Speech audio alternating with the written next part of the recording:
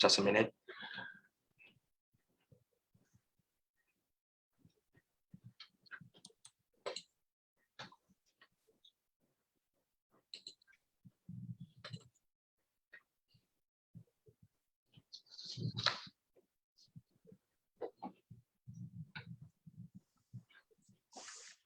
So can you see my PowerPoints now? Can you? Yes, we can see. Yes, yes. So, okay, so I must be quick because the time is running out. Okay. Now, the topic ethnic wars and evil in the Old Testament is a very big one. There are indeed many pressing ethical issues under this topic. For example, how could God be possibly morally justified to intentionally kill 70,000 Israelites just because of the King David's sin? How could God be possibly morally justified to command Abraham to kill the innocent child Isaac? How could God be possibly morally justified to intentionally kill those innocent firstborn Egyptian infants and children during the 10th plague? And how could God be possibly morally justified to command the genocide of the Canaanites? Because of the limitation of time, my presentation will only address the fourth problem above. Okay, now consider the following passages. Okay, the first passage comes from Deuteronomy chapter 20. Okay, however, in the cities of the nations, the Lord your God is giving you as an inheritance. Do not live alive anything that breathes. Completely destroy them. The Hittites, Amorites, Canaanites, Perizzites, Hivites, and Jebusites, as the Lord your God has commanded you. Otherwise, they will teach you to follow all the detestable things they do in worshiping their gods, and you will sin against the Lord your God. Now, another passage comes from Joshua chapter 10. So Joshua subdued the whole region, including the hill country, the Negev, the western foothills, and the mountain slopes, together with all the kings. He left no survivors. He totally destroyed all who breathe, just as the Lord, the God of Israel, had commanded. And one more example from Joshua chapter 10. They devoted the city, that is Jericho, to the Lord and destroyed with the sword every living thing in it, men and women, young and old, cattle, sheep, and donkeys.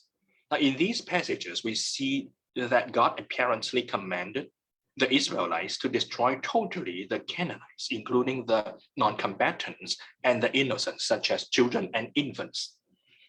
Because of these and similar passages in the Old Testament, Richard Dawkins, in his book, The God Delusion, describes the God of the Old Testament as a bloodthirsty ethnic cleanser, an infanticidal, and an genocidal.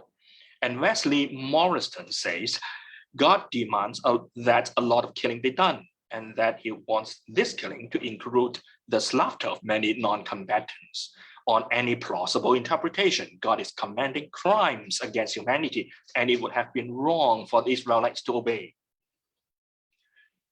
Now, the argument mentioned by the two scholars against the Old Testament God provided by these critics of Christian theism can be formulated in the following way. Okay, the argument has one premise and one conclusion. Premise one, the Old Testament God, that is the God as depicted in the Old Testament, commanded the genocide of the Canaanites. Therefore, conclusion, statement two, the Old Testament God is not perfectly good. Now, the main question to be addressed by my presentation is this one, is the above argument. Let's call it the genocide argument, a good argument. Now, my answer to this question is no.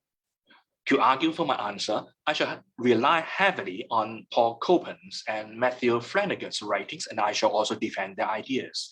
Now, as I understand them, they provide three distinct defenses of Christian theism against the genocide argument. A, the hyperbolic reading defense. B, the greater good defense. And C, the defense by appealing to mystery. The hyperbolic reading defense is intended to show that the premise of the genocide argument is questionable, that we have good reasons for doubting the truth of the premise. The greater good defense is intended to show that the inference from the premise to the conclusion is questionable, that we have good reasons for doubting the logical correctness of the inference from the premise to the conclusion. It tries to show that even if the Old Testament God commanded the genocide of the Canaanites, it does not follow that the Old Testament God is not perfectly good. The defense by appealing to mystery is intended to show that even if all other defenses against the genocide argument fail, Christians can still be epistemically justified to maintain that the Old Testament God is perfectly good.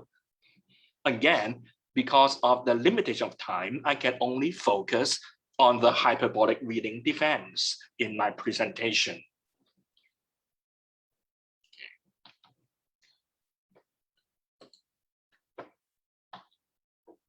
Okay, the hyperbolic defense. Okay. Now, the first way to rebut the genocide argument is to question the premise. That is, the Old Testament God, that is the God as depicted in the Old Testament, commanded the genocide of the Canaanites. Now, this premise is based on a literal interpretation of the relevant Old Testament passages. However, I must ask, how do we know that the authors or editors of those passages intended the passages to be understood in a literal way? Is it possible that the intended meaning of this passage, of those passages, is non-literal? Now, Paul Copan and Matthew Flanagan argues that there are good reasons for thinking that the relevant passages, especially the Hiram language, were not intended by their authors or editors to be understood literally, and that they were rather intended as containing hyperbole and exaggeration. Now, the Hebrew word Hiram means dedication to destruction. Let us call the phrases, do not leave alive anything that breathes, destroy with the sword everything live in it, completely destroy them, left no survivor, destroy all who breathe, and the variants as Hiram language. Okay, let's call those phrases Hiram language. So according to Copan and Flanagan, the premise of the genocide argument is questionable, and the argument accordingly fails to be cogent, according to them. Now, if Copan and Flanagan are right, we do not have any good reasons for thinking that the Old Testament God commanded the genocide of the Canaanites, or that the Israelites committed the genocide of the Canaanites, or that the Old Testament ever makes such claims. So let's start with the book of Joshua. Okay. Now, let's look at the internal evidence showing that the Hiram language in Joshua should be interpreted in a hyperbolic rather than a literal way. Okay.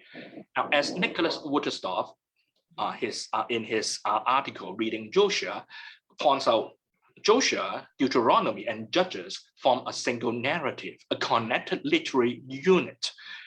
Here are the reasons, okay, why they form a single narrative. Reason A, Joshua chapter 24, verses 28 to 31 mentions Joshua's death and burial place and Timnath Serah in the hill country of Ephraim. Judges chapter 2, verses 6 to 9 continues the narrative and mentions Joshua's death and burial place and Timnath-Heres in the hill country of Ephraim. Okay, so there's a continuity between the two books. And the second reason why they form a single narrative, the second reason, the first and last consonants are switched from Serah to Heres, from Timnath-Serah to Timnath-Heres. Okay, this is a Hebrew literary device. So we have good reason for thinking that those books, for example, Joshua and Judges, form a single narrative. Now, Judges also is connected with the 1st and 2nd Samuel with its reference to the hill country of Ephraim. Hence, these books, Deuteronomy, Joshua, Judges, and 1 and 2 Samuel, form a connected literary unit. However, we can note several apparent inconsistencies and tensions among the various relevant passages of these books. Okay, the first apparent inconsistency. Joshua chapter 11, verse 23 says, so Joshua took the entire land just as the Lord had directed Moses, and he gave it as an inheritance to Israel according to their tribal divisions. Then the land had rest from war. However, Judges chapter 1, 1-4 states that after the death of Joshua, much of the land was not yet conquered. Okay, the second apparent inconsistency, Joshua chapter 11, verse 23 says that Joshua had already taken the whole land. However, just one chapter later in the same book, God said to Joshua, you are very old and there are still very large areas of land to be taken over. In Joshua chapter 14, Caleb asked for permission to drive out the Anakites from the hill countries. And Joshua chapter 16:10 says, they, that is the Ephraimites and Manassites, did not dislodge the Canaanites living in Jeshurun. To this day, the Canaanites live among the people of Ephraim, but are required to do forced labor, etc. So we can see that there are apparent inconsistencies even between different passages within Joshua. Now, the third apparent inconsistency, the book of Joshua said, then Joshua and all Israel with him turned around and attacked Derbe. They took the city, its king and its villages, and put them to the sword. Everyone in it they totally destroyed. They left no survivors. They did to Derbe and its king as they had done to Libnah and its king and to Hebron.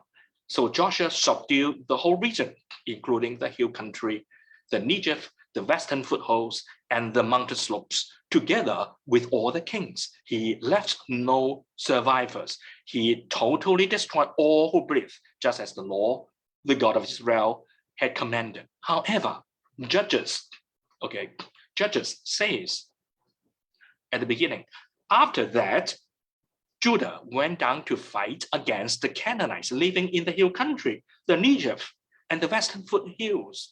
They advanced against the Canaanites living in Hebron and defeated Shisha, Ahiman, and Toma. From there, they advanced against the people living in Derbe. Okay, so here we can find apparent inconsistencies between Joshua and Judges. Now, lastly, we can also note that the formulations of God's command are different in Joshua and Judges. Joshua chapter 10, verse 40 says, so Joshua subdued the whole land, including the hill country, the Negev, the western foothills and mountain slopes, together with all the kings. He left no survivors. He totally destroyed all who breathed, just as the Lord, the God of Israel, had commanded. However, Judges chapter 2, 1-2 provides a different formulation of God's command, which did not mention at all the extermination of the Canaanites. Okay, the passage says, the angel of the Lord went up from Gilgal to Bochim and said, I brought you up out of Egypt and led you into the land I swore to give to your ancestors. I said, I will never break my covenant with you, and you shall not make a covenant with the people of this land, but you shall break down their altars. Now, Flanagan summarized the above inconsistencies and tensions. He said, therefore, taken as a single narrative and taken literally, Joshua chapters 1 to 11 gives a seemingly different account of events to that narrated by Judges, and also to that narrated by the later chapters of Joshua itself. Now, here I can start presenting Flanagan's argument that the Hiram language is not to be interpreted literally. Rather, it should be interpreted in a hyperbolic way. Okay. Now, the argument can be presented as two steps. Step one: since the aforementioned apparent inconsistencies between Joshua chapters 1 to 11 and the later chapters are so obvious, the author of Joshua probably was aware of those apparent inconsistencies. Since the apparent inconsistencies and tensions between Joshua and Judges are so obvious, the editors of those books probably also were aware of them as well. The author and the editors were not minors. They were not stupid, right? They would not want to affirm that both accounts, one of which asserts that the entire land was already occupied by Joshua and that all the Canaanites on the land were exterminated, and the other of which asserts that even after Joshua's death, much of the land was still unoccupied. Much of the land was still occupied by the Canaanites.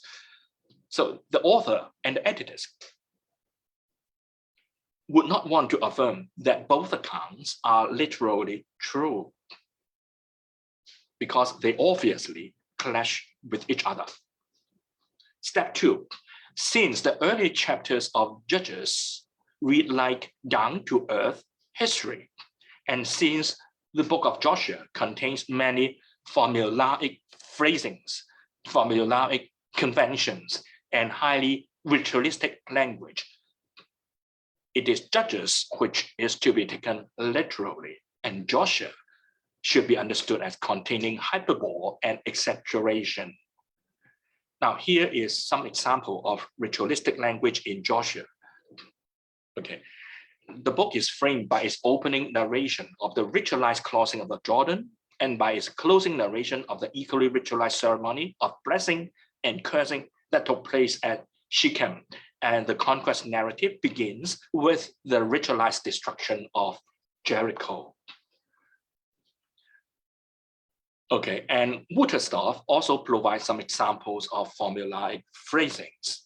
Anyone, he said, anyone who reads the book of Joshua in one sitting cannot fail to be struck by the prominent employment of formulaic phrasings.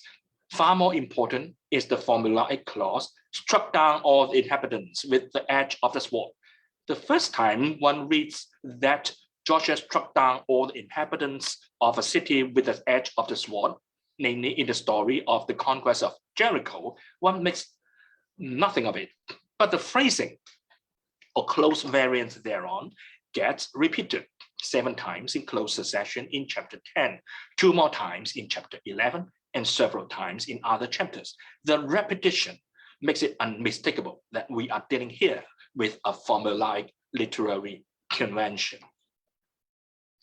So we have literary evidence showing that the Hiram language in Joshua should be understood in a hyperbolic way.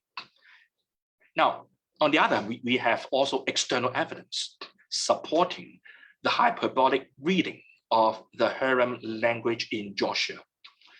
Now, historians of ancient Near East tells us that the composition and rhetoric of Joshua chapters 9 to 11 are very similar to the conventions writing about conquest in Egyptian, Hittite, Akkadian, Moabite, and Aramaic texts, and that the common transmission code of that period is that victories are narrated in an exaggerated, hyperbolic fashion in terms of total conquest, complete annihilation, and destruction of the enemy, killing everyone, leaving no survivors, etc.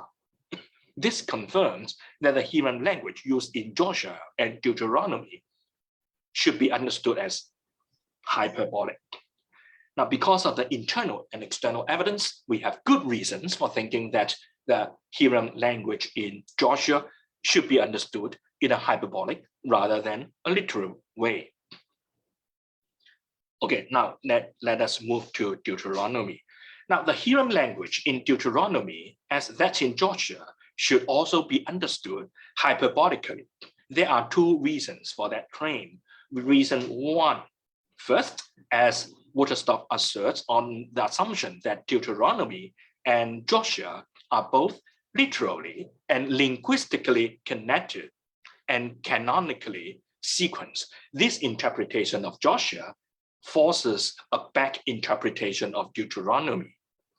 If struck down all the inhabitants with the edge of the sword is a literal convention when used to describe Joshua's exploits, then it is likewise a literary convention when similar words are used by Moses in his instruction to Israel in general and to Joshua in particular.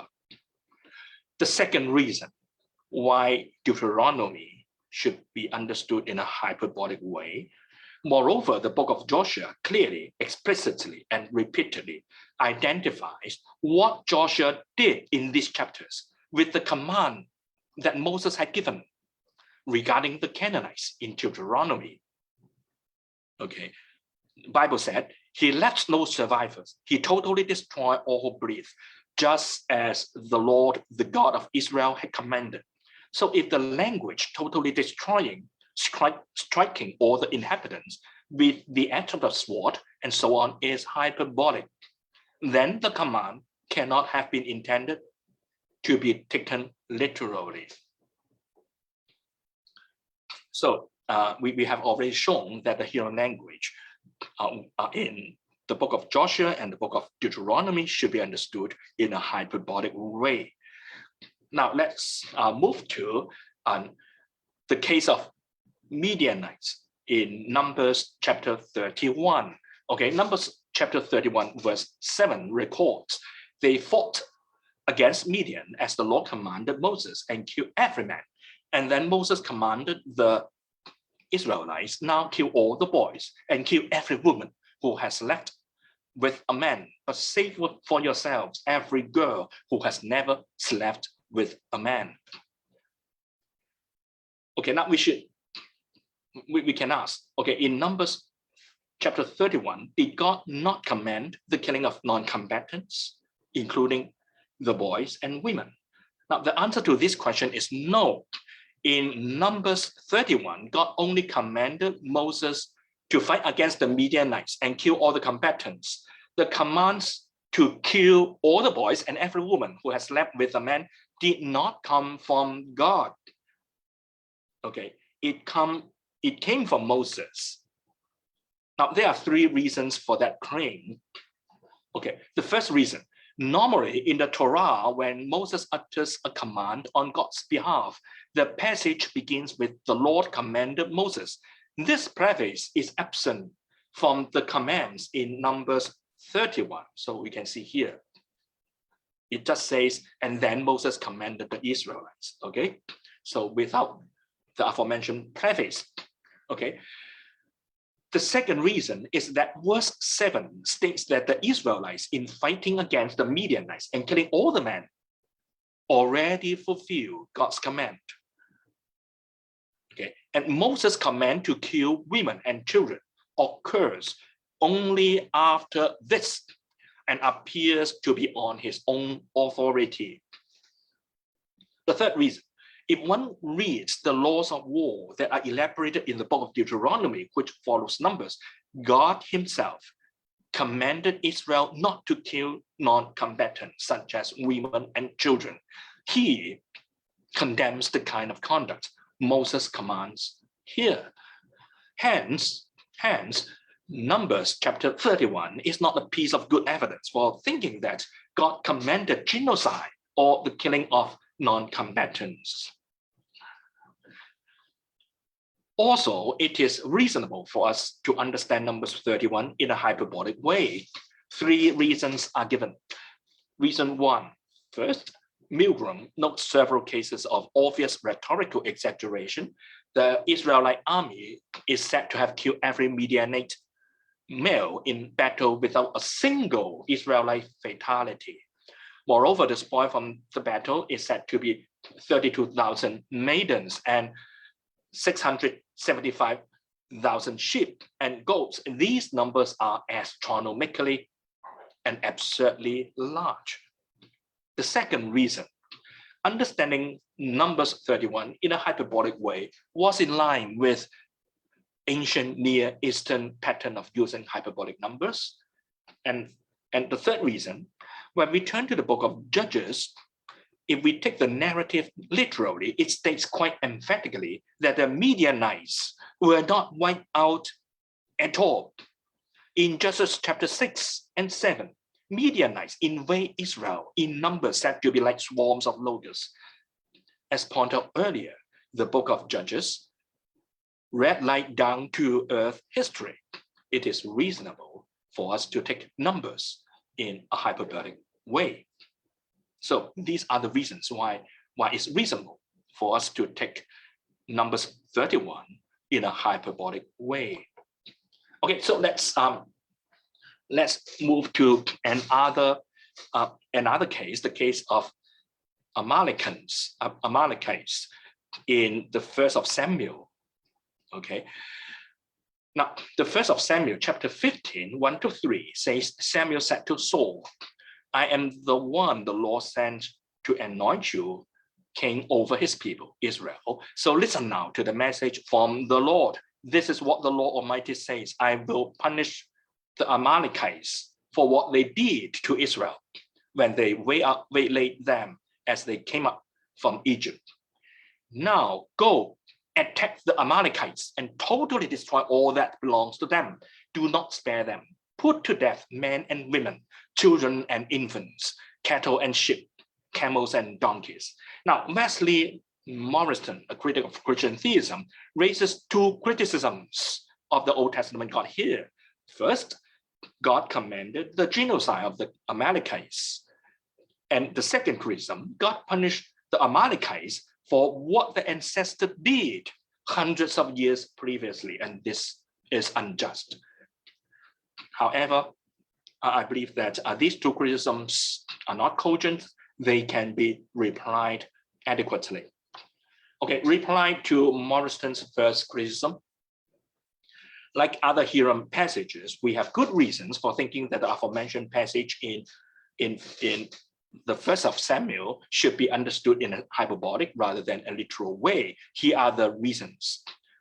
Reason one, in later chapters of the 1st Samuel, we can see that the Amalekites were not literally wiped out. In 1 Samuel chapter 27, verses 8-9, David invaded a territory full of Amalekites. And in 1 Chronicles chapter 4, verse 4-3, we can see that Amalekites were still there during the reign of Hezekiah. So if you view 1 Samuel and its canonical context as a single literary unit, the text cannot be sensibly claiming that 1 Samuel chapters 15 and 27 are both literally true accounts of battles with the Amalekites.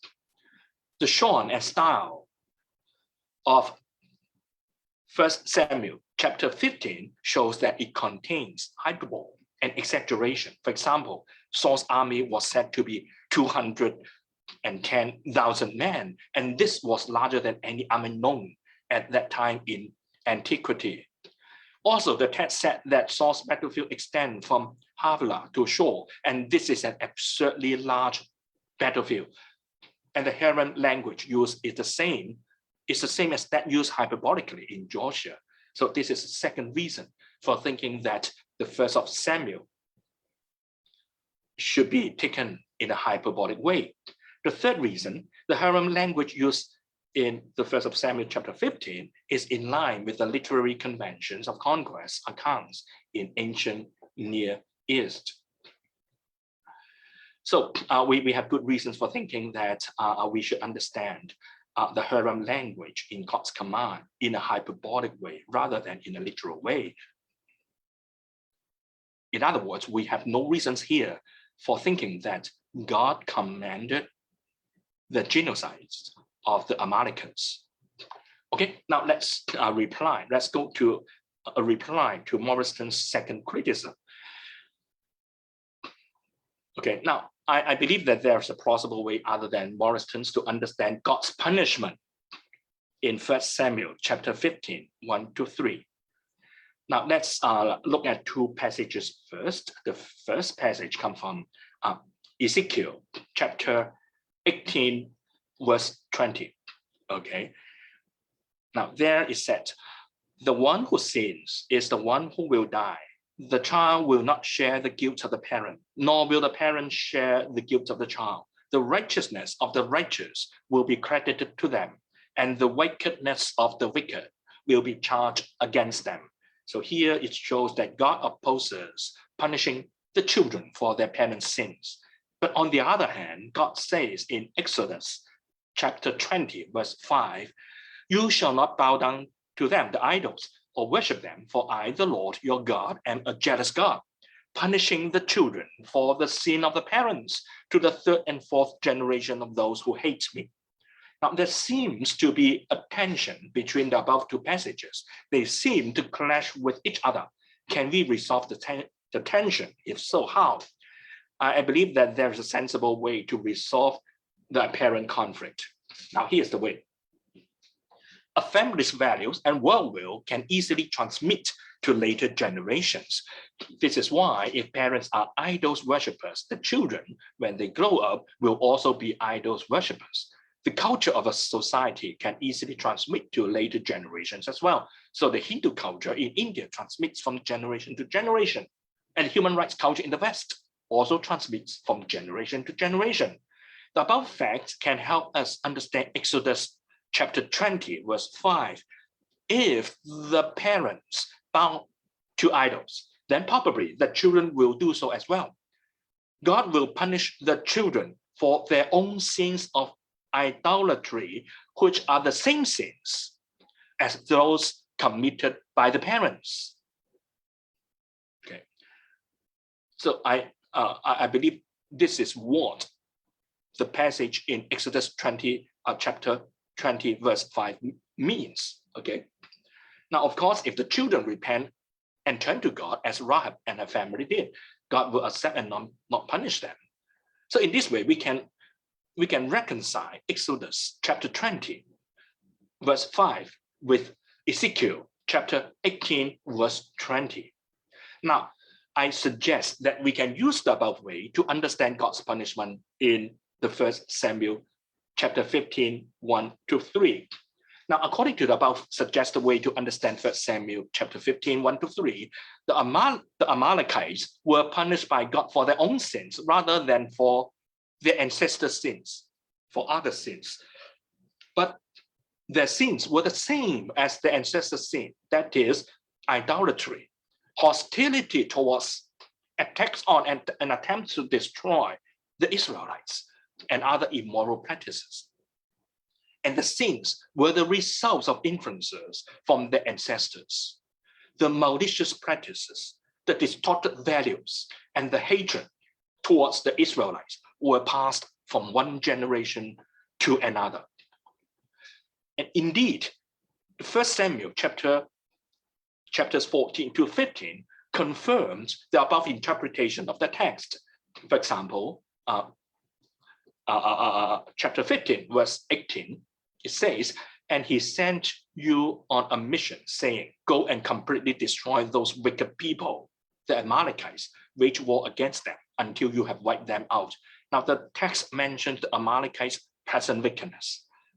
Another passage, verse 33, but Samuel said, as your sword has made women childless, so will your mother be childless among women.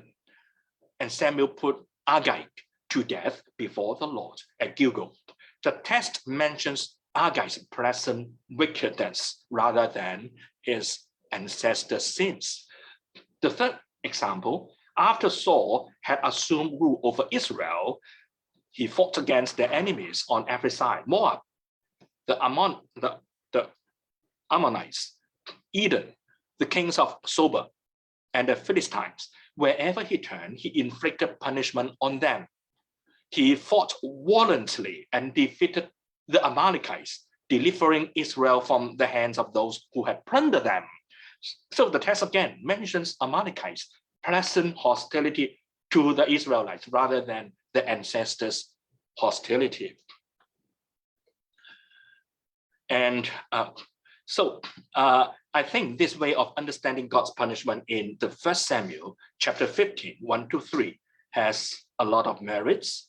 Okay, that is, as I understand it, the passage says that Amalekites were punished for their own sins rather than the ancestors' sins. However, their present sins were the same as their parents. Okay, that is hostility towards the Israelites, attacks on the Israelites, and other immoral practices such as idolatry.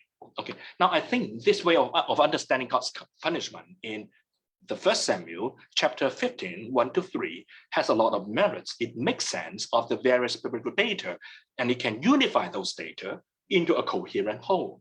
It is the most charitable way to interpret the relevant parts of the Old Testament. Now, because of the above considerations, there are good reasons for agreeing.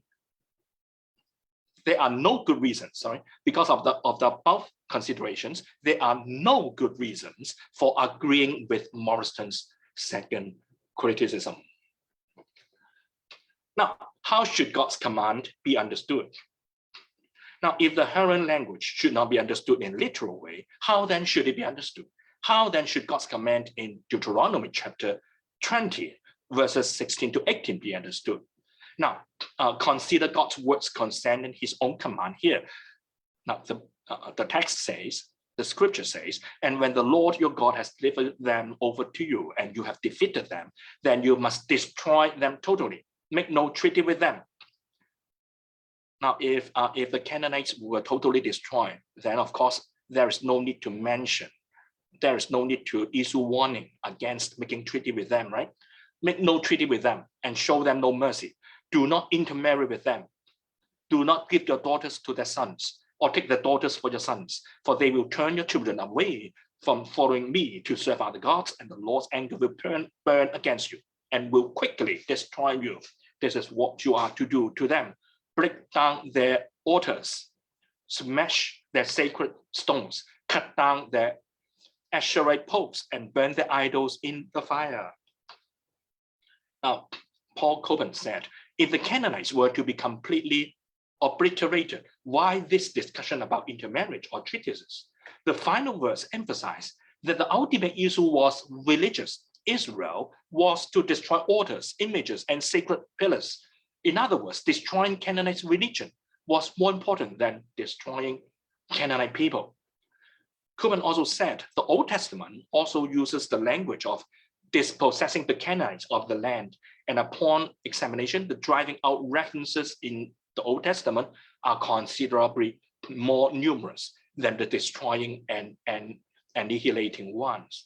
Now, an example comes from Exodus chapter 23, verses 27-30, and because of the limited of time, I don't read it here, and you can read it yourself.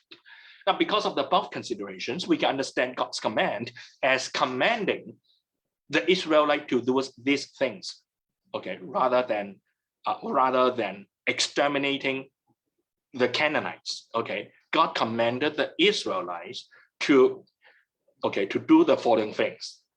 First, have decisive victory over the Canaanites. Okay. Second, drive out the Canaanites from the land. Third, purge the land of idolatry and other immoral practices.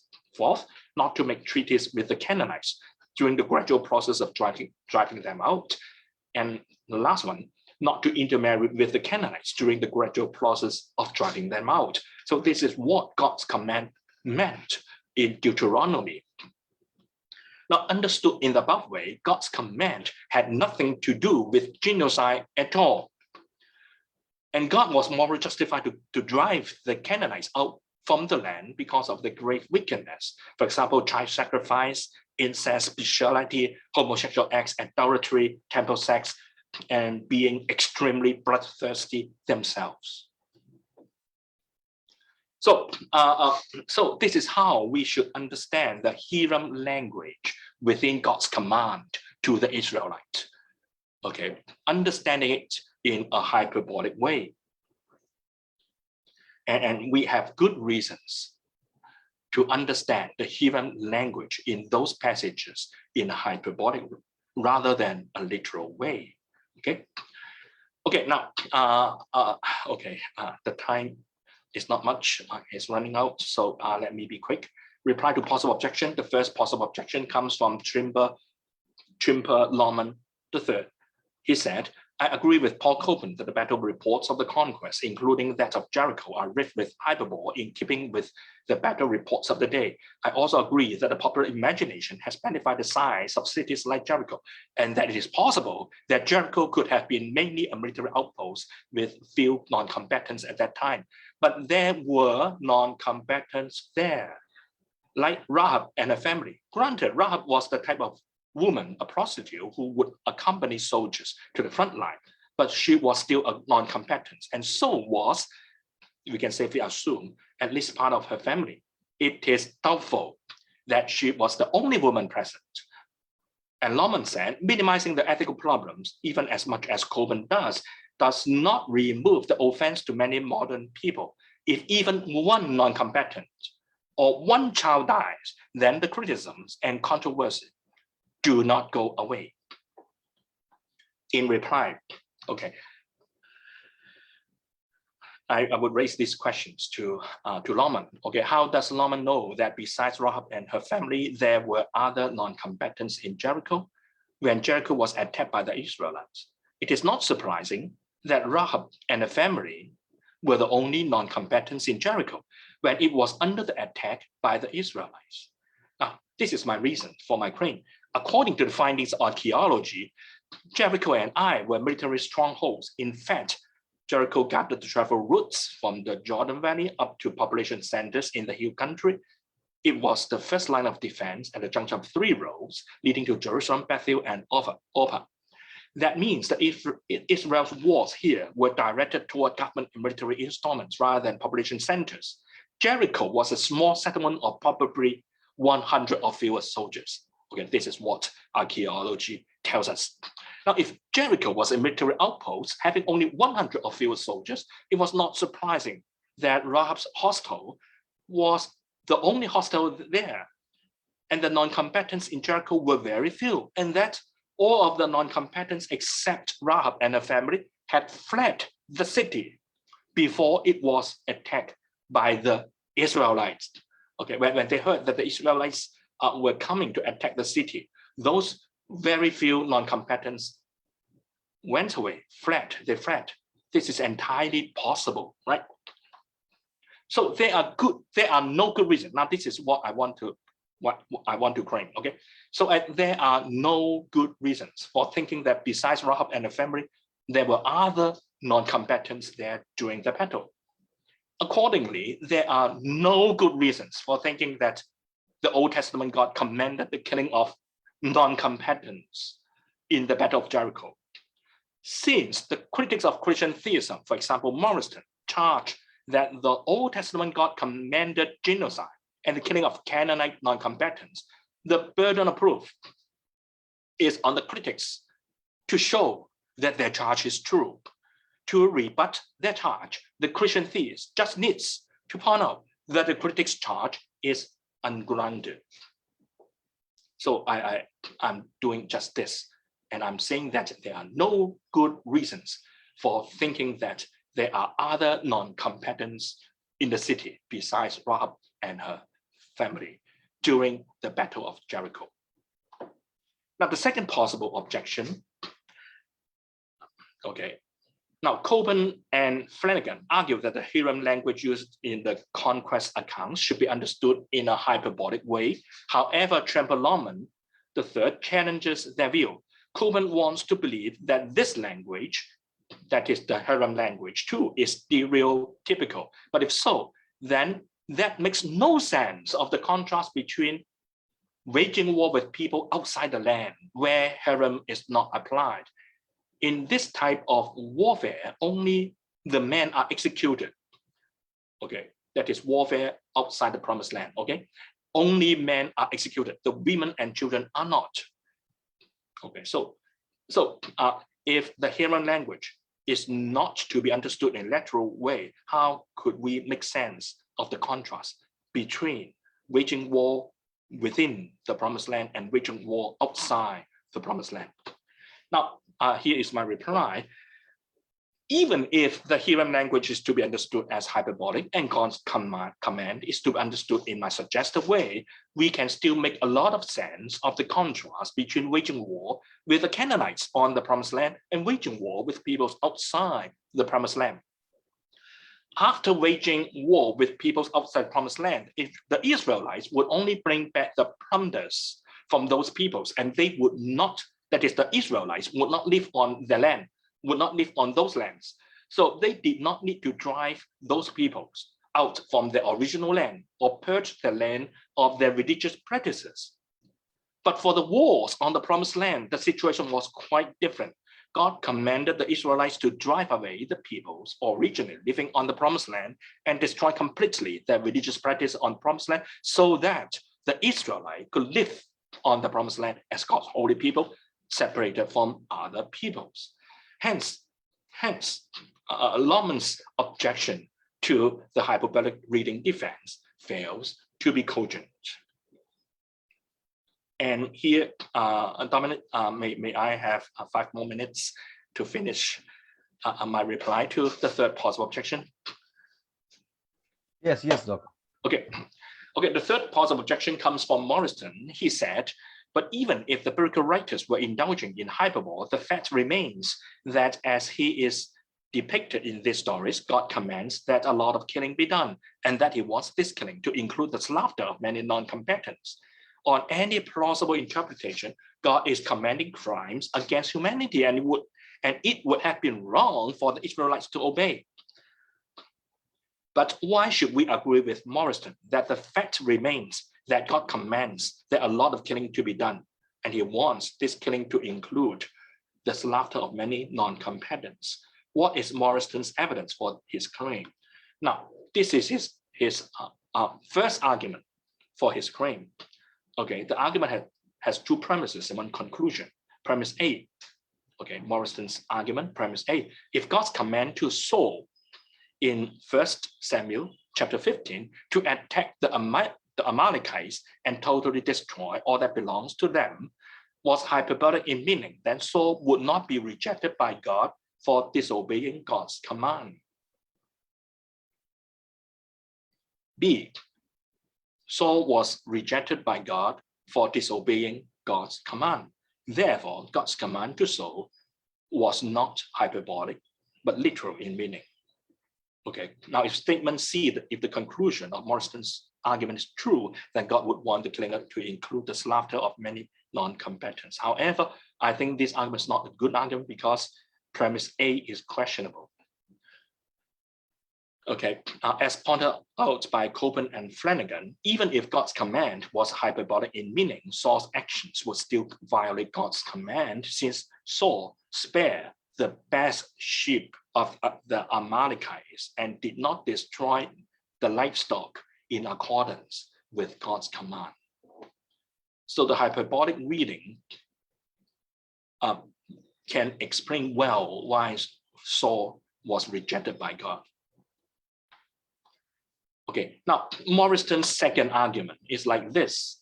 Okay, premise A, God commanded the Israelites to literally exterminate the Canaanites on the promised land, but the Israelites disobeyed God's command. This can explain why Israelites fell into the situation which God did not want to see, that is, intermarrying with other peoples and joining the idolatry.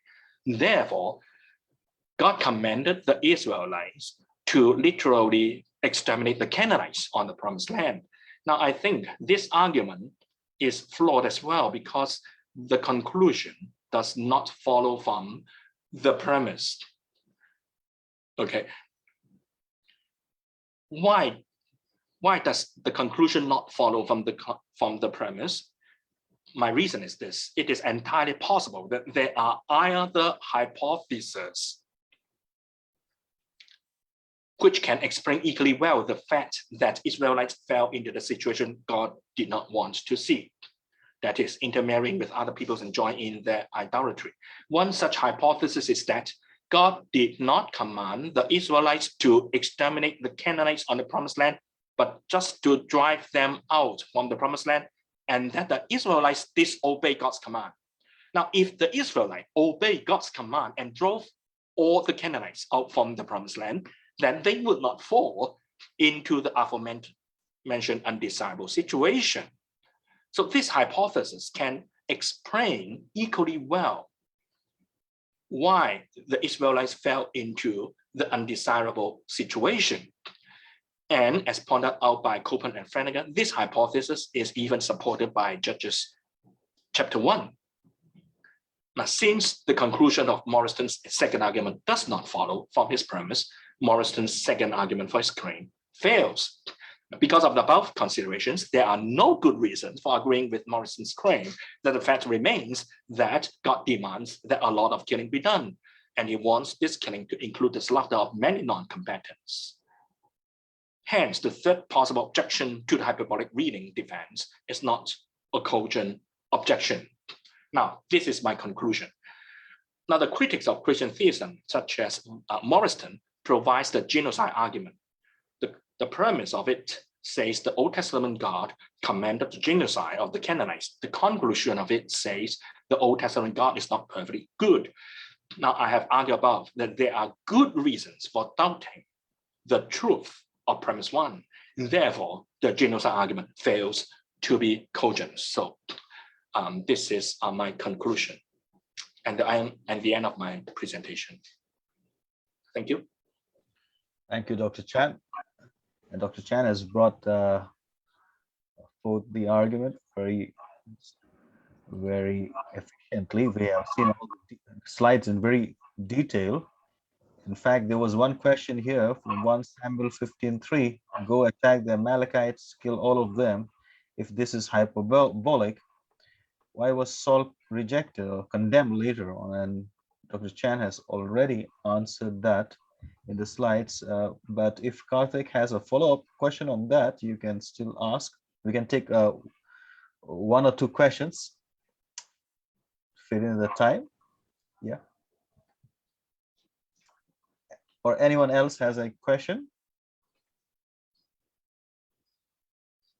This was a big topic in the last conference, so we're grateful to Dr. Chan to do it on this topic. You're welcome.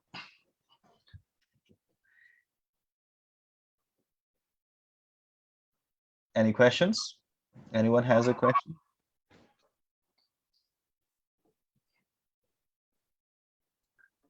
While it appears to me that Dr. Chan pulled out all the possible objections has already counted them, so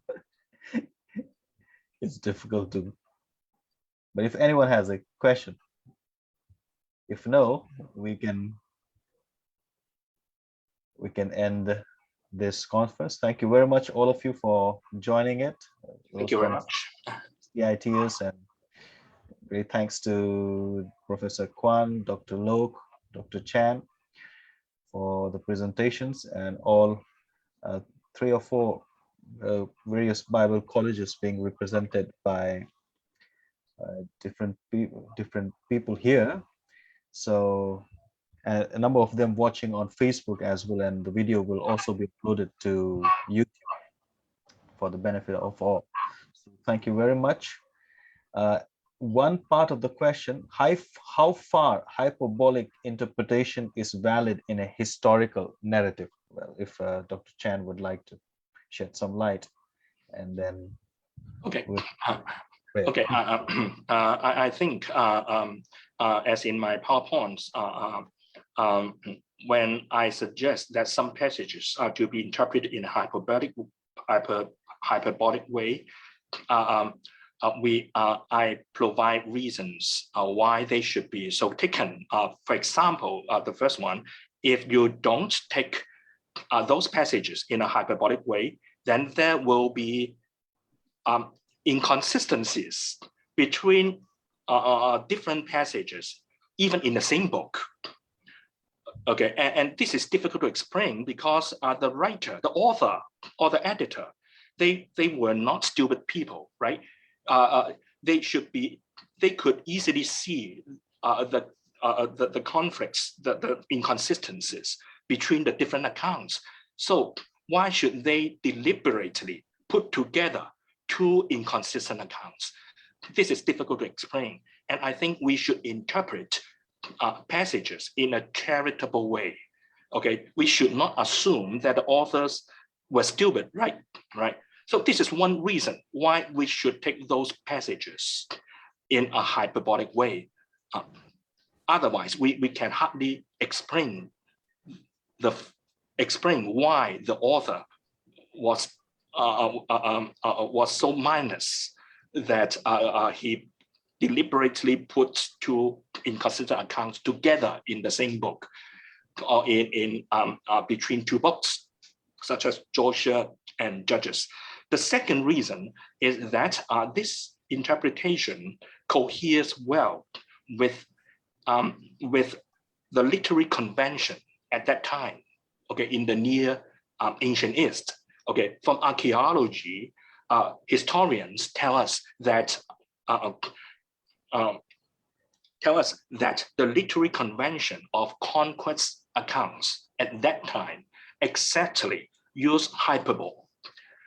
Okay, so as the author of Deuteronomy and Joshua wrote their books within the context, within the cultural context of their time, so we have reason for thinking that they were influenced, or they even follow the literary convention of their time in writing their conquest accounts.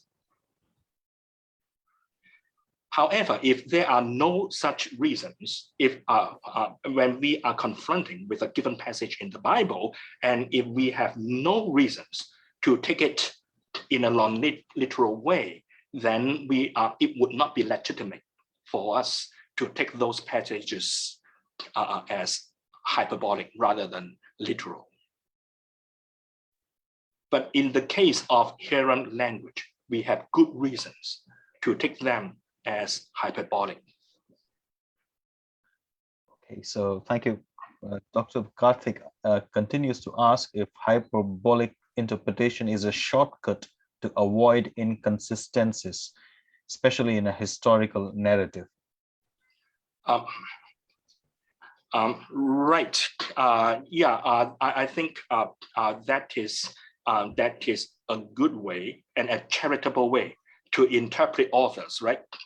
I think if there are different interpretations available, then others being equal, we should adopt the most charitable interpretation, right? And I believe that hyperbolic interpretation here is the most charitable one when we interpret Deuteronomy and Joshua. Since this interpretation can resolve the inconsistencies, okay, among the different passages. So my point is this: the hyperbolic reading of Joshua and Deuteronomy and other Hiram passages, okay, can make the relevant parts of the Old Testament into a coherent way, okay, so that they would not clash with each other. And this is the most charitable way to read an author, unless there are reasons against taking these passages hyperbolically. I think we should adopt the most charitable way to understand the Old Testament passages. And secondly, indeed, I would like to make clear that my task in my presentation is modest. I just want to show that the premise of the genocide argument is ungrounded. That is, we have no reason for thinking that God commanded the genocides of the Canaanites. And that premise is based on a literal reading. And here I just want to point out that we have good reasons to doubt a literal interpretation. Okay, and this is already sufficient for us to point out that the premise of the genocide argument is doubtful. I hope that I can make myself clear. So my task is very modest. I just want to point out by providing reasons why the premise of the genocide argument is questionable, and we have no good reasons for believing that it is true. Okay, I think I do not have a burden to prove that it is false. I just need to point out that